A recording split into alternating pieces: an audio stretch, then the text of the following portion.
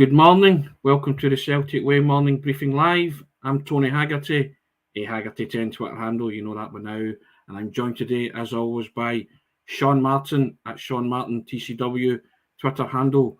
One more sleep, Sean. One more sleep, and we'll find out Celtic's Champions League group stage opponents. Come on.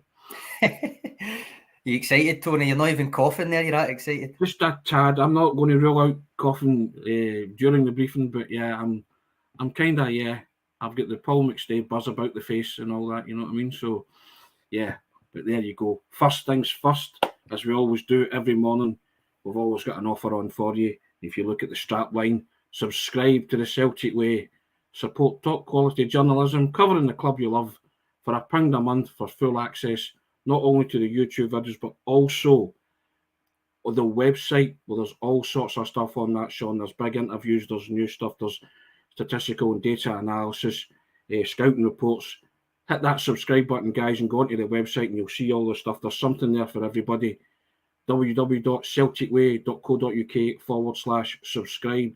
Sean, is there something there for everybody on the website? Certainly is, Tony. Aye, it's a picking mix. It's a picking mix, indeed. There, Chris McCafferty, he's more excited than me. Bring on Real Madrid. There you go. There's confidence for you, Sean. Good morning, David. How are you? Good morning, Dermot. Yes, I think we're all getting excited, aren't we, Sean? I think so. Aye, it's one more sleep, as you say, and then we'll be sitting here tomorrow morning, all giddy, I'd imagine, and talking about the possibilities. And aye, calm before storm, indeed. Now, Sean, speaking of the Champions League, Celtic announced their financial package yesterday for the 3-game Champions League home fixtures, and it was £129 for season ticket holders and £99 for concessions. You've got something to say about that, have you not?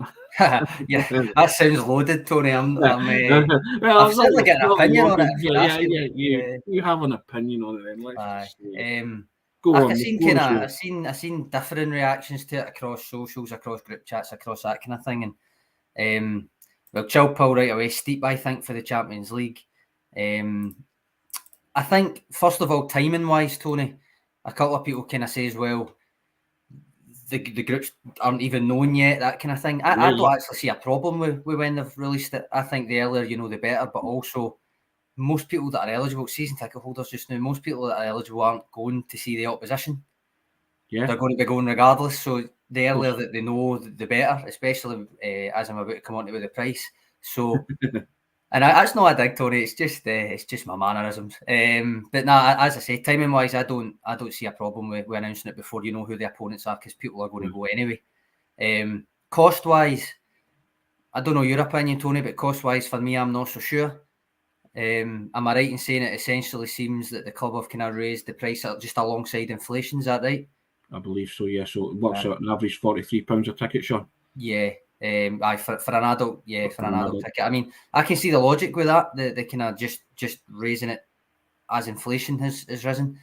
From the club's point of view, and they've had quite a bit of praise in some quarters from what I can see on socials for not actively charging more. But right now, to me, Tony, the one thing that came out from that, and into my mind anyway, was that in terms of this summer and the kind of resuscitation of the union movements and all of that, the one thing that I think's been made clear is that the overwhelming majority of Celtic's fans will not have been getting a wage rise in line with inflation since the last time they were in the Champions League. So whichever way you choose to slice it, for me, there's a kind of dichotomy between what's a good gesture in theory and what it actually means in practice for people. And I'm not digging out the club, honestly. I'm not doing it just to dig out the club, because it is up to them, and I think it probably is well intentioned. I just feel that there is a sort of real life conflict there that should be pointed out with the price. I just think we're living in the midst of a financial crisis, Sean, and £129 for a 3-game package might be very steep for a majority of Celtic supporters, and that's, I think Celtic have to take that into consideration. Chilpal comes in and says £38 would have been fair. My thoughts, Sean, are why not go £33 for the 3 games? Just for like £100 kind of gesture thing, around £100, right? Just, but I don't know I'm not a marketing guy or costs guy, but I just think it's a gesture of goodwill for the Celtic fans who turned out last season and paid their hard-earned cash when they thought that they were in for a poor season after the season before, and still, and they couldn't turn out that season. So I just think that's true. To give them something back would have been a decent gesture from the club. But again, I'm not a finance guy, never claimed to be, but I just thought, 99 quid, that you would have sold them out, no bother. I mean, you'll sell them out because people will want to go. I get that, but I just think that because it's less than 100, but you're getting more or less your 100 quid, aren't you? So yeah, the concession ticket 3-match package is 99. Chris McCarthy is saying big rise on kids tickets now. We'll break it down a wee bit, right? So it's £129 for an adult 3-match package, right? So that's the £43 a ticket that we're talking about, really, and that's also what will come out of the Home Cup ticket scheme accounts. 43 at three different dates, 2 of which are actually in the same payment for a lot of people as well, which I don't think's been thought of. But that works out, as I say, £43 a ticket. It's £99 for a concession and 90 for under 13s. Now the £43 a ticket in a football vacuum, rather than what I've seen a few people do, which I consider to be comparing apples to oranges, and comparing it to like a one-off big stadium gig ticket, which is obviously dearer than £43. Yeah. But I would say you're not going to see Beyonce every week. A lot of people are going to see Celtic every second week, and tickets are paid for, and that works out between 23 and 26 quid for a ticket, which is good. But that means it's almost double for these 3 games. So I think it's generally quite steep. As I say, I do think that the gesture to only raise it with inflation was probably well intentioned. I just think there's other considerations.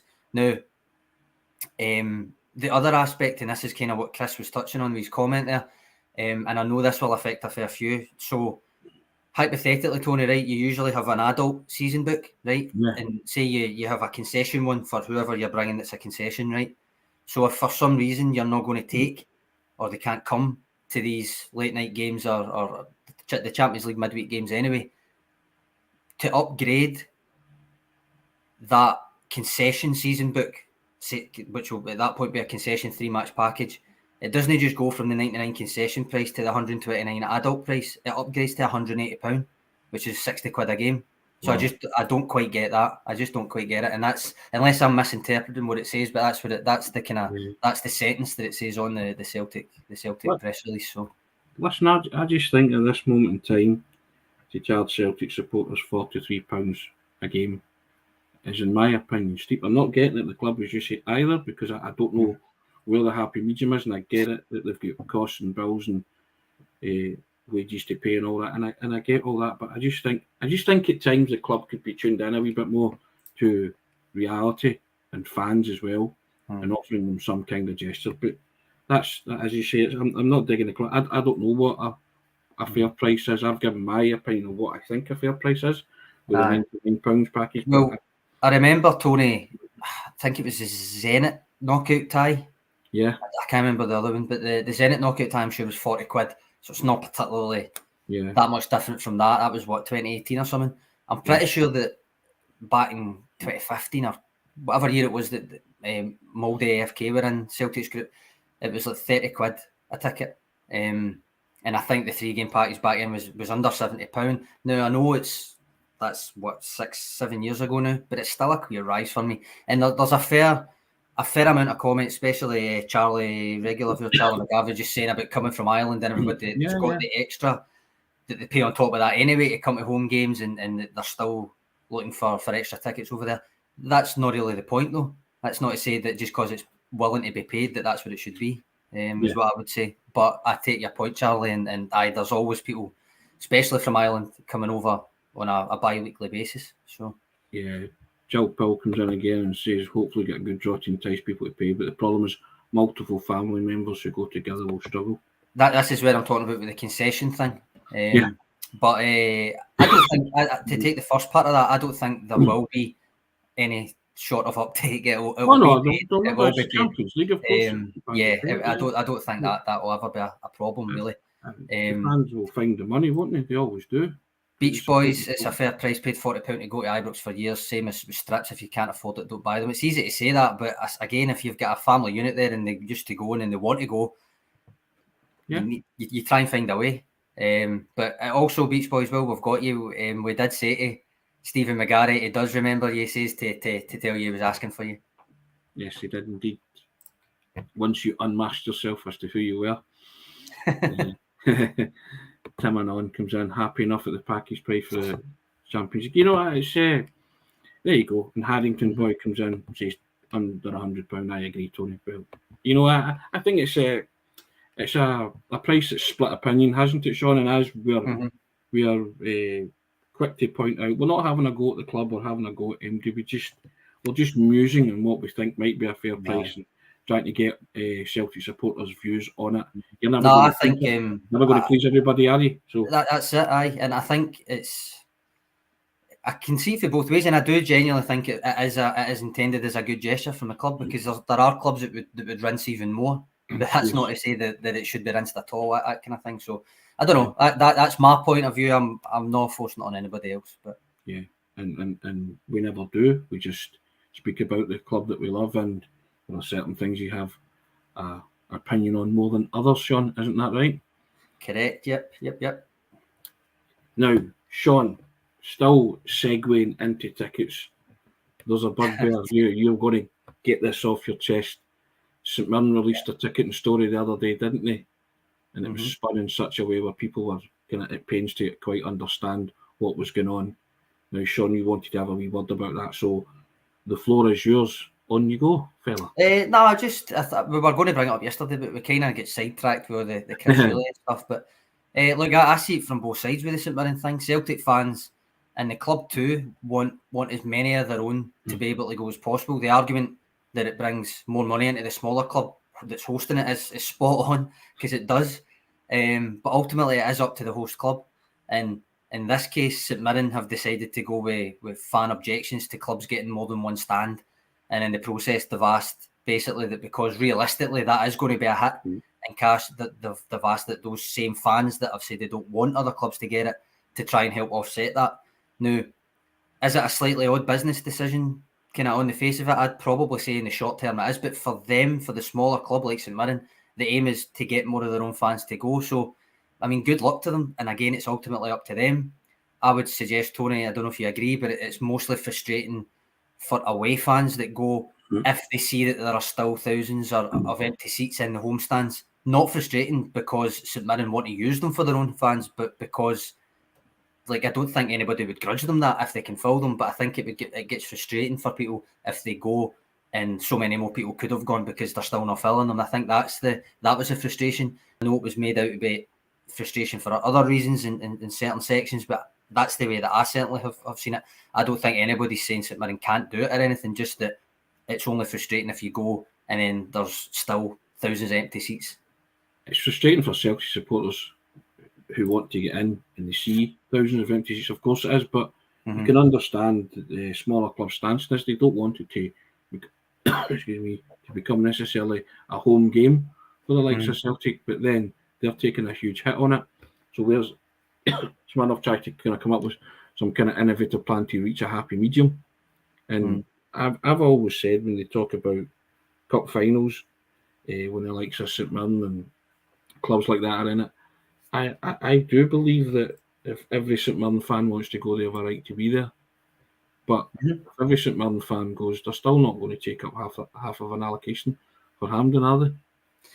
So no, Chilpil here saying Livy got it right. They just kind of embrace it, don't they? Yeah. They just say, right, there we go. It depends, because St Mirren, they're obviously kind of fan owned as well, and they, as every club should, they need to kind of listen to what the fans are expressing, and I don't blame them. As I say, I don't need to like it. Celtic fans don't need to like it. It's ultimately, it's not up to anybody. It's not Celtic. Ultimately, the proof of taking this decision success in terms of St Mirren will be in the next season or 2 or 3, if it's still enacted or if it's retracted. I suppose you'll see. But as I say, I wanted to say that because I seen it in a few quarters as if it was just Celtic fans specifically are just saying, oh, we should be getting it because we're Celtic. But that's not what I was seeing. What I was seeing was a lot of Celtic fans saying if St Mirren can sell them, then fair enough. But if you go along to the games where reduced capacity from a Celtic point of view, and there's still thousands left unseated, then that's where it gets kind of frustrating because other people could have been going and all that. So I think I can see it for both points of view, St Mirren as a club, but also the reason that it would frustrate. So can I, Sean, but that's why I'm a journalist, not a businessman. So I see both points of view on it as well, and but I think it's up to individual clubs to make up their own rules on that, or adhere to their own rules and policies on it. And if that's what the St Mirren board wants and it's canvassed their fans, then I guess there's nothing Celtic and their supporters can do about it. And I don't like the fact that Celtic fans want to get in and are locked out, and St Mirren won't sell them the seats, but it is what it is. I mean, it's the same with the Ross County away game the other week there, and they made it clear that don't buy tickets for the home end. And as I said at the time, I don't really know. The wording of the statement was like, are you going to investigate every single ticket and all that kind of thing? I didn't really get how they were going to do it, but nonetheless, they made it clear. With the St Mirren thing, I mean, it's the help a body scheme and stuff like that as well, where it's related to that in terms of buying tickets for other St Mirren fans and stuff. It was announced in the summer. It wasn't a new thing just for this game or anything. But nonetheless, this is why it's reared its head.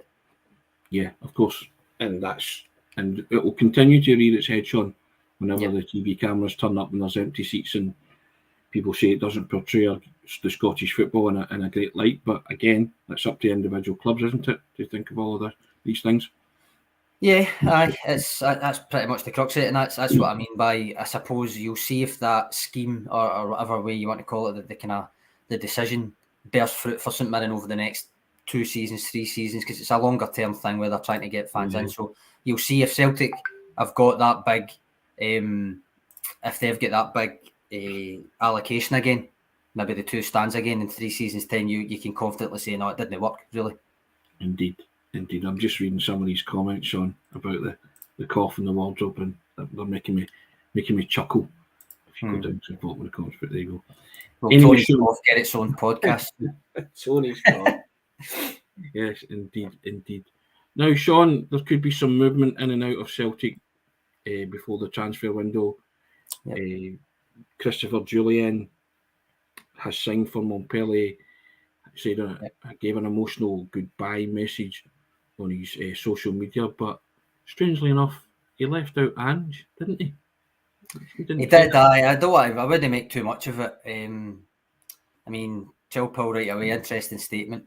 All right, Ange was conspicuous by his absence in the statement, but at the same time, if he was to have thanked him, you probably would get people going out to say thanking Ange for he never played them, that kind of thing. So I wouldn't concentrate too much on that.